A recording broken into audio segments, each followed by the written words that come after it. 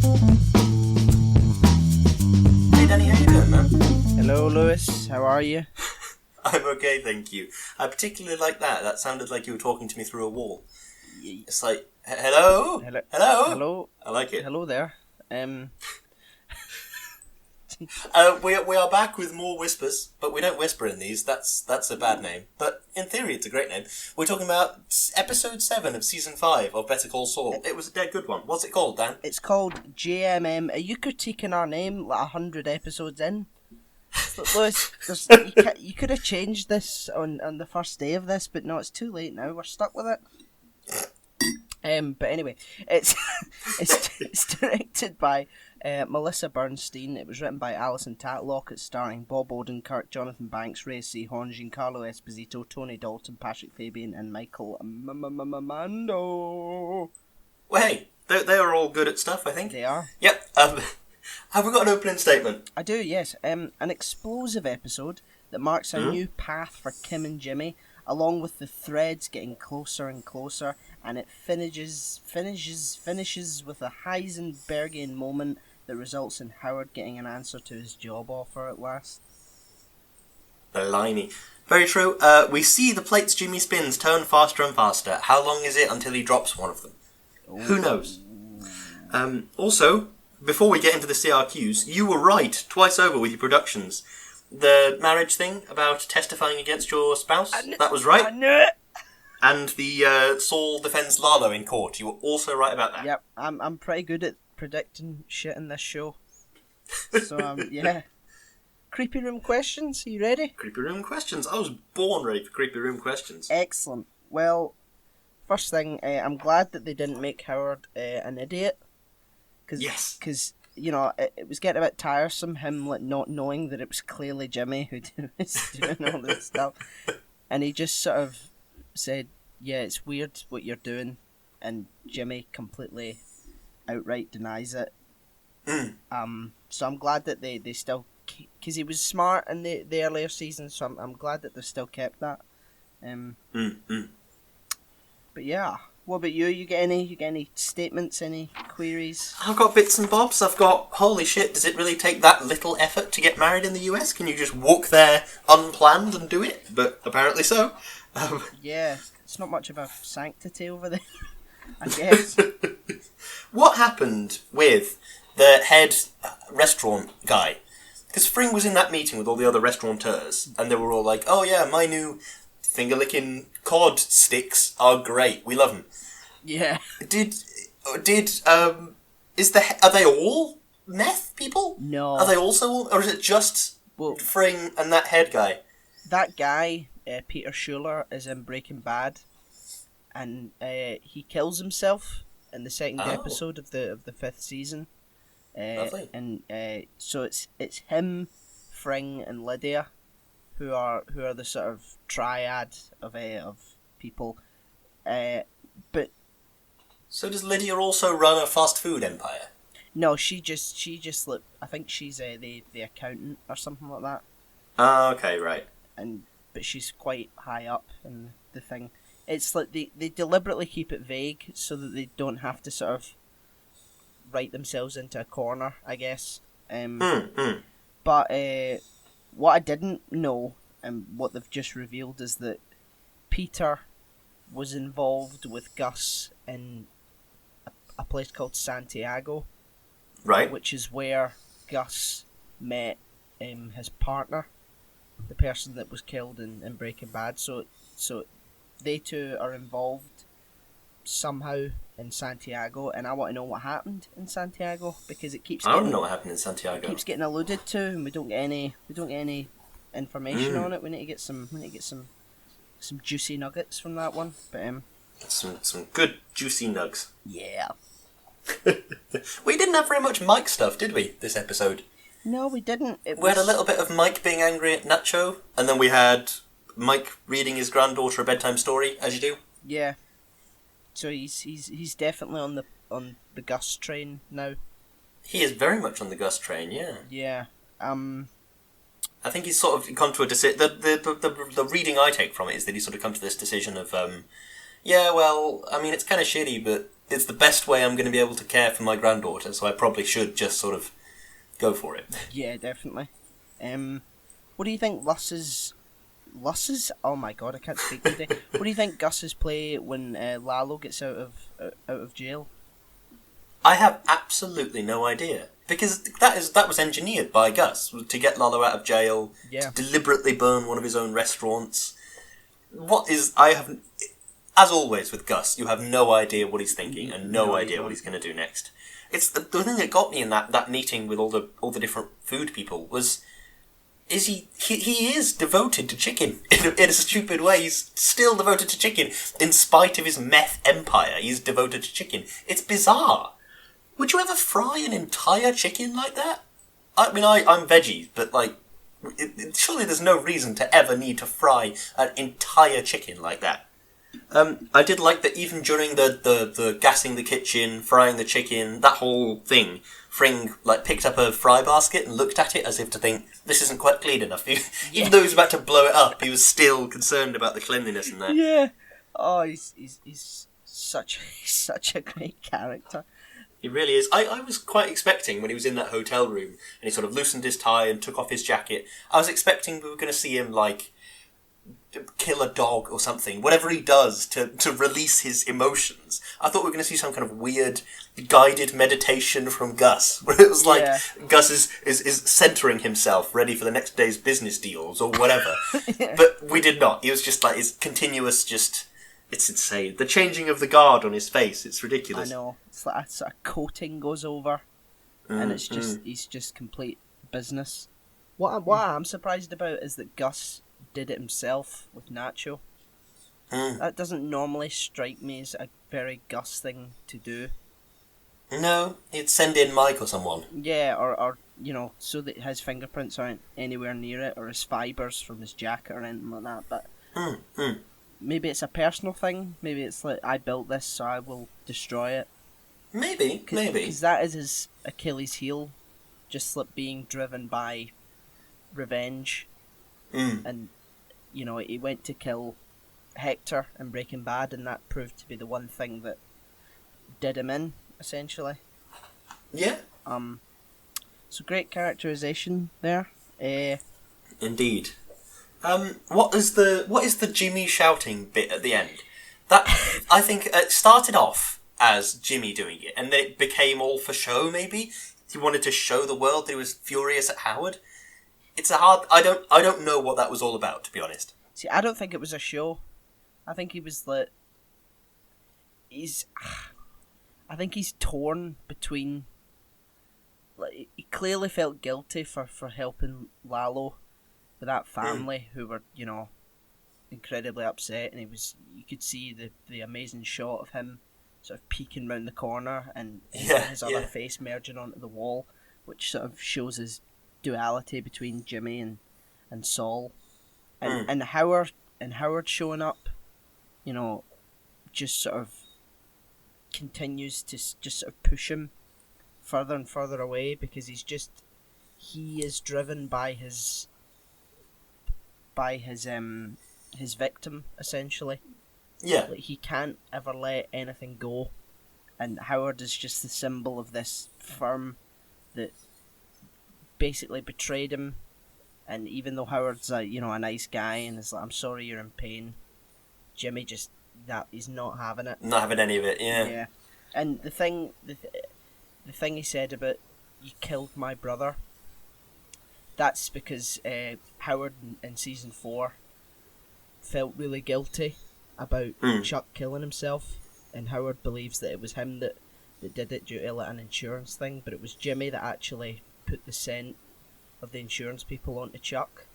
Crikey. So even though it's Jimmy that was responsible for it, he continues to try and just really hurt Howard and say, you killed my brother, and you say you're sorry. It's just like he's really disappearing now. It's just he's just going. Yeah, he's sort of internalized this sort of this outsider mentality. He's internalized it now, and even in cases where it isn't true, where Howard, I believe anyway, that Howard does genuinely want to look after Jimmy to some degree. Yeah. Howard's sort of offering him a path to salvation in a way. Yeah. And I think Jimmy just doesn't want that to be true. So in his world, it can't be true, if that makes sense. Yeah, it's Chuck has spent so many years telling Jimmy, no, you're slipping, Jimmy. You're always going to be down there, and that infuriates Jimmy. But it's now come to the point that he resents Chuck for saying it, but he believes it. Yeah, totally. It's like, well, I'm gonna prove you right, and I'm just gonna be this, really scummy person. Yeah. And Chuck is becoming more right all the time. And in the end, you're going to hurt everyone around you. And he will. And it's just so true, and it's heartbreaking. Because Jimmy is not a bad person, but Saul is just devoid of humanity. You couldn't be more right. That's, in a horrible, strange way, Jimmy's great flaw is Saul.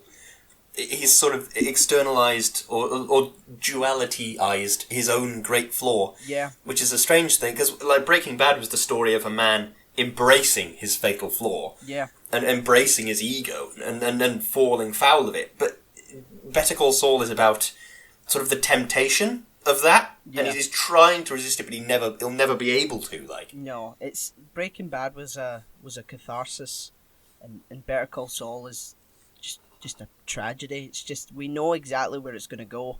It's just how it gets there, and that just makes it all the more heartbreaking. By the way, Bob Odenkirk gave a fantastic performance in that last scene. Oh, definitely. Just like you could feel how angry he was. It's like, you look down on me, you pity me. It's like, I didn't take the job because it's too small. It's like, that is a horrible way to look at the world. It's like... Yeah. I think the thing that, it's something that I don't think we in the UK appreciate very much, is swearing is kind of different over there. Yeah. In the US, I think swearing is a much bigger deal in the US. Definitely. And, like, you see, like in Hollyoaks or something, people will swear, and it's like, it's not a big deal isn't made of it in that sense, it's just a thing that happens. But, like, that line that Jimmy had, you fucking come to me with this job, or you, don't you fucking owe Jimmy me, that was it. Yeah. And it's that was such an aggression that was coming out of Jimmy that we don't really see very often, because he's so used to trying to be in control of both himself and everything around him by having the endless Saul patter. Yeah. But he just loses it. He just hates Howard so much in this weird way. I know, it's I don't... But there has to be a point where that sort of fiery outburst is just going to remain internal, because Saul never does that. Yeah. I think that's Jimmy sort of still sort of screeching in a way. Just that life isn't fair. But Saul never has outbursts like that, saying, I'm so far beyond you, and don't pity me, I'm miles above where you are. Saul just is very sort of just really crooked and really just sort of relaxed. So we need to get to that point. We need to get to the point where he just doesn't...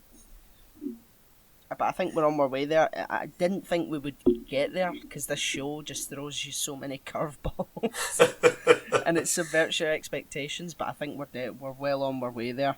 And yeah, definitely. And, you expect Kim to just sort of go against Jimmy, but they've set it up where it's going to be even more tragic now, because they're married, and Jimmy is probably going to have to tell Kim something, and Kim is just not going to like it, and will either get hurt by it, or killed by it, or just leave him, and Jimmy will be all alone with these ants eating his ice cream. Yeah. That's what got me about the practiced openness type thing is, it's great. If you have a trouble with communication in a relationship, work on it, if that makes sense. But, like, the thing is, even in the situation where Jimmy said, I've got the urge to not tell you something, so I feel like I should say it, even then he was still kind of bending the truth a bit. Yeah. He still wasn't being completely honest. That's true. Because on the Jimmy level, the thing that the conflict is, I know Lalo is a murderer, I know Lalo doesn't hesitate to kill people, I know he's a drug pusher, I know he's this cartel boss, and yet I still have to get him out on bail because they will kill me if I don't. Yeah. That's the conflict, and yet there's this layer of this very thin facade of Saul in front of him that's saying, well, think about all the money, friend of the cartel, private jet, ranch in, what does it say? Ranch in Arizona, private jet, all that sort of stuff. Yeah. It's like, yeah, but surely you should be doing it in a moral sense. If you have to do it, you should kind of be doing it because otherwise they'll kill you and everyone you've ever loved. Yeah. Do you know what I mean? That would be an almost moral reason to do it. Exactly. But doing it thinking, well, friend of the cartel. That line also brings up a couple of points. Like in Breaking Bad, when Saul is dragged out to the desert, he says, what is it? Do amigo siempre de cartel or something like that, which means I am a friend of the cartel. I'm sure you know that, Lewis. I may have got the translation a bit wrong, but it's something like that. So that line is going to be used a bit more, and it brings up another point. The whole sort of private jet ranch thing. Either they're lying about that, and Saul just gets enough money to sort of keep his measly office going. Like, because it's not, it's in the middle of a strip mall with a massive inflatable Statue of Liberty on it. Or even more interestingly, Jimmy gets this amount of money and keeps the sort of scummy background, not only to attract customers of a criminal caliber, but because he's still internalized that I am on the bottom. I am, I don't need those high and mighty types. I'm down here where I belong. And that could we see a world where Jimmy maybe passes the money on to Kim? He becomes a friend of the cartel. He tells Kim this because of their new practiced communication type thing. Yeah. And then she says, right, well, I'm leaving then. And he says, well, at least let me buy you a ranch in Arizona. Or whatever it might be. Yeah. At least let me buy you a flat in wherever. Do you know what it might be? I could see Jimmy doing that as a bit of a... He's sort of giving into his demons and saying, well, I want to be a friend of the cartel. But he's also saying, I do love Kim and I do care about Kim. I want to try and support her if I can, sort of thing. Yeah. I don't know. Because in Breaking Bad, it just doesn't seem as if he loves anyone. And he's just that's true. It's all about money. But interestingly... Maybe he's just trying to put it behind him then. Maybe, yeah. Get Kim out of his life and say, right, I'll just buy you a flat in Texas or whatever. Go and live there. Practice law there. Yeah. Whatever it might be. See when Gene moves to Nebraska? Yes. That's where Kim's from. Oh, so I don't think that's an accident. No. So maybe he's trying to... Maybe he tried to I don't know. Get back in touch with her? Yeah, if she moved back there, I don't know. Because a core of Kim's character was sort of displayed in season 4, where she said... basically, the big lawyer Schweikart and Coakley said, "What made you left? What made you left? What made you leave Nebraska?" And she just said, "I wanted more." Yeah. And so she has literally built her way up from nothing. So wouldn't it just be utterly tragic if, by the end of this show, she moves back to Nebraska and goes back to her sort of... Goes back to nothing. Yeah. Our small life, and maybe Jimmy, when Jimmy eventually falls and has to disappear, he goes back to Nebraska looking for her to sort of try and mend things or make things right in some way. I think that would be an interesting way of going, but I'm sure we won't know until the end of the show. Yeah, you're right. It's all. Sorry, go on, mate. There's just some random stuff about Fring. I still can't get over the fact that he seems equally devoted to chicken and meth.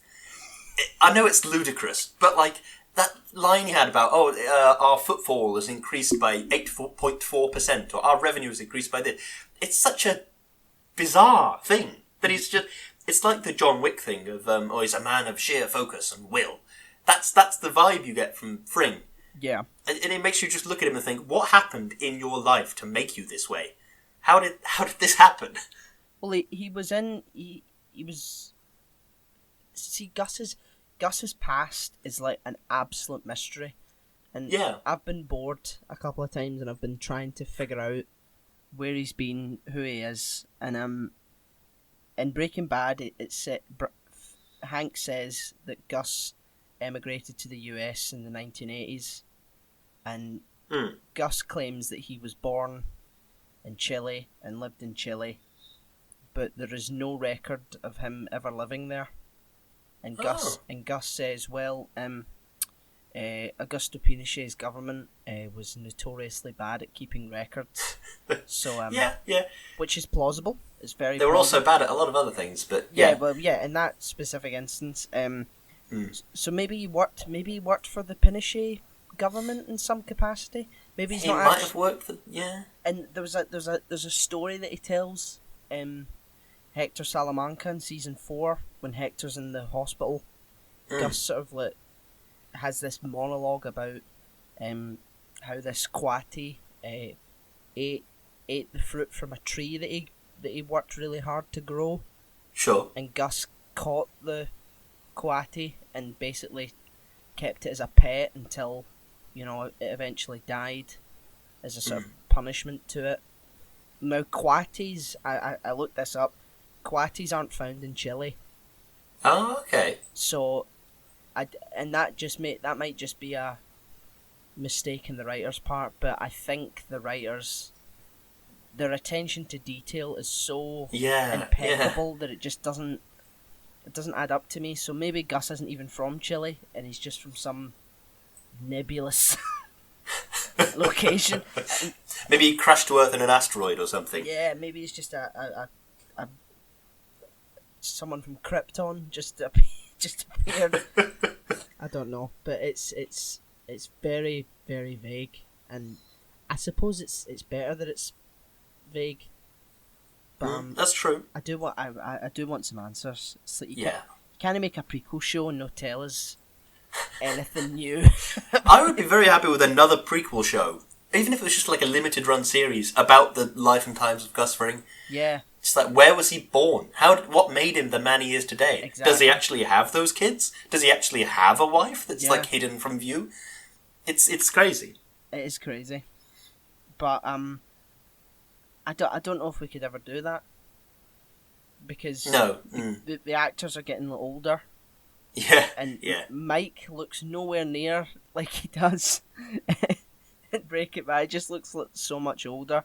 And by the time this show's done, I think that, Giancarlo couldn't really play a younger version of himself. If they got a younger actor, but I wouldn't want anyone else to do it, to be honest. No, yeah. So it blows my mind that I've never seen Giancarlo Esposito as anything else, because he's so good in this and in Breaking Bad. Why have I never seen him do anything else? Oh, he's in The Mandalorian.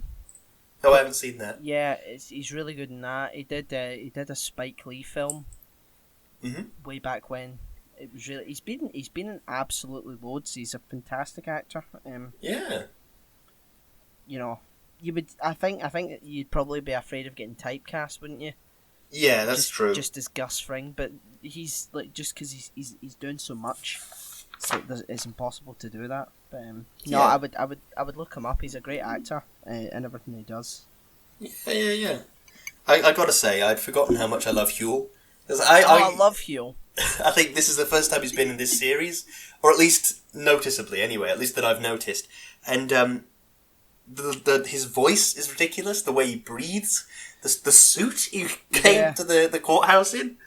Well, he spent a lot of time with Jimmy in season 4 because of Jimmy was trying to get his law license back. And Jimmy just sort of sold drop phones on the street, and that's how he sort of kept his sort of clients after that. And Huel was there helping him out and sort of, as a bodyguard type thing. And he spent more time in season 4 with Huel than with Kim, really. And And Huel, he's like, oh, I've got this. He's trying to help them with their marriage and stuff like that. And it's just such a heartwarming thing. And then you think to Breaking Bad, and the last thing Huel thinks is that Saul betrayed him to Walt. I don't even remember. God, do you not? It's been so long since I watched Breaking Bad. Tell me the story, quick. Right. Okay. So Huel is Hank finds Huel, and they take him to a safe house, and Hank sort of engineers the death of Jesse. So to sort of get Huel to sort of admit that Walt has hidden his money, and Hank says that Saul ratted you out to Walt. Oh. And and Walt's coming for you next. So the last thing Huel's gonna think of Saul is, oh, he betrayed me to Walt, and Walt's gonna try and kill me now. God. So does Huel die in Breaking Bad? No, he doesn't die. Oh, okay, yeah. He's just kept in a safe house. But it's heartbreaking. Yeah, a little bit, man. He's gonna hurt everyone around him. That was the philosophy, or the what do you call it? The prophecy, I should say. In the prophecy, yeah, said by the oracle. And it's all coming true. Did you notice that when Kim said "I do," she couldn't even look Jimmy in the eye? Yeah. That is just horrible to watch that happen. It really is. Oh God. I don't know. I don't know what's going to happen. It's the spectre that looms over this show. Of like, you watch this relationship unfold and you're really invested. Yeah. Because of course you are. And then the spectre of it is Gene at the start of every single series. Yeah. You're like, oh, well, no matter what happens in this show, we know what happens next. You're constantly reminded of this impending doom for these people. The thing that I like Kim manages to get Mesa Verde back, which is just typical Kim. It's like, yeah, she just goes back in, and she's right. She's completely right in everything she's saying. It's like, we told you, and you didn't listen to us, and we can only take our advice so far. And Kevin's just like, right, okay, see you Thursday then. It's just she's just so good, and it's like seeing her with Saul, and she's gonna end up getting so hurt by it. And yeah, totally. I just Kim is it's official. Kim is my favorite character in this show. She is. Yeah. She's just so good, and oh God, please just keep her safe for me. Give her a nice ending. Yeah. Peter Gould, please don't destroy her. I'm sure Peter Gould does listen. I'm sure he doesn't. I wouldn't want him to, otherwise it would be shite. The thing that I wanted to say was next episode is directed by Mr. Vince Gilligan himself, and he said that it was the hardest thing that he's ever had to direct in his life. Wow. And he said that it would be the craziest episode of the entire show. I am eagerly awaiting. I don't know what's the title of the next episode? It's called Bagman, and it's Jimmy going to get the money, I would imagine. Yeah, yeah. And Lordy. And it's $7 million. So, something's going to happen. I always wonder, like, how are you actually going to carry $7 million? Even in, like, $100 bills, surely that's a lot, right? It is a lot, yeah. And Lalo just sort of goes, I can do that. It's clearly just so rich. Yeah, $7 million is not a problem for the cartel. No. Don't worry about it, that's fine. Don't worry about it, that's okay. I'm thinking about notes now, Cocker. Well, I'm going to make a prediction before we wrap up. Your predictions have been stellar so far, so I look forward to this. Hit me. I think we're going to see the scary twins again next episode. Oh, yes. I think they're going to be there to sort of oversee the transaction. Yeah. What twin was it that liked your post? It was Daniel Moncada that liked my post. Wow. I sent him a message. I was like, "Thanks, mate." That's I don't think he read it or responded or anything, but like, "Thanks, mate." That's very cool, though. Just shouting at him. Cheers, man. Thanks. Yeah, just shouting at him from down the street, outside his house. Thanks, Daniel. Cheers, Dan. Well, Yes, I think that might be everything. Have you got a closing statement? I do. Well, it's coming closer and closer to the end of this series, and the writers played on our expectations and subverted them. All I can say is that Vince Gilligan directed the next episode, and he said it's one of the hardest things he's directed, so shit a brick. Well, yep. What comes next? What's Gus doing? What's Jimmy's play with Lalo? Who knows? Nobody knows. Vince Gilligan knows. We're going to find out. It's going to be crazy. I can't wait. Wow, lovely. Perfect. Yep.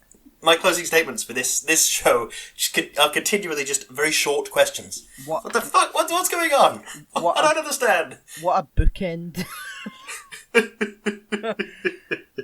Well, I think we've got some shilling to do, Lewis. We have much shilling to do, yes. Would you like to kick off the shilling, my friend? I do. I'm on Instagram at O'Hiram. I am on Facebook at Daniel K. Actor. I'm on Twitter at Kerzo2000. What are you on, Lewis? I am on Instagram at Lewis_Brindley. I'm on Twitter at LewisBrindley4, and I have a Facebook page, which is called Lewis Brindley. It has the same name as me, and that's not a coincidence. Wow. So it's not a fabled act of God. It's just... Yeah, I just pressed the randomise button, and it came up with Lewis Brindley. It was crazy. What are the chances, right? 1,000,000 to 1. We are hosted by Podomatic. We're on Spotify. We're on Apple Podcasts. We've got a YouTube channel. We're on Deezer. We've got a PayPal donate button. We've got Patreon. And we'd like to say thank you to our two patrons, Darius and Chloe. Thank you for your support. Yes, thank you very much, the both of you. Means the world. It really does. And also, we'd love you to check out a lovely crochet company that knits and makes all kinds of cool things. It's number 12 Crochet Avenue. Indeed. And do you know their Instagram, Lewis? I do. It is at number 12 Crochet Avenue. It is run by my wife. She is amazing at crochet. She makes amazing things. At the minute, she's making... I think just yesterday she made a couple of lucky penny charms that somebody ordered. So go and check her out. She makes amazing stuff. They are absolutely fantastic. Go and check her out. Yeah, definitely. Yeah. Well, I think... Yeah, that's us. Is the shilling slip of paper... Have you crossed everything off? I've crossed everything off. Everything's good stuff. Check. Yep. Must be hard to read through it, now although you've crossed it off so many times. It's hundreds and hundreds of ticks.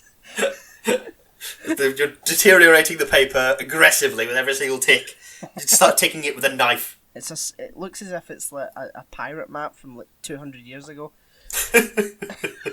But yes, I think that might be the end of it. Yeah, we shall see you next week for Bagman episode 8. Indeed. Yeah, see you then. Thank you for listening. Thank you. Bye. Bye.